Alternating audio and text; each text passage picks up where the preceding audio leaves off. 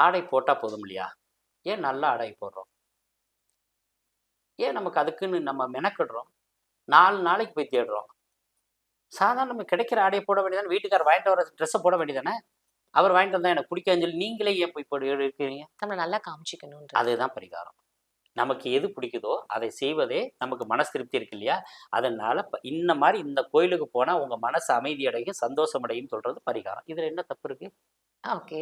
So அந்த பரிகாரம் சொன்னா, அது கண்டிப்பா வந்து ஒரு பலன்கள் குடுக்குமா? அப்படின்றது இங்க ஒரு கேள்வியா இருக்குல்ல இப்ப சார். உறுதியாக நடக்கிறது இருக்கு.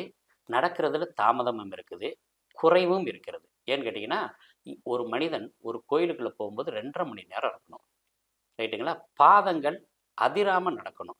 காற்று கிழியாம நடக்கணும். வாய்கள் பேசாம நடக்கணும். கண்கள் சுழலாம நடக்கணும். இத்தன விஷயம் பண்ணுவீங்களா? சோசியர் சொல்லிட்டாரு.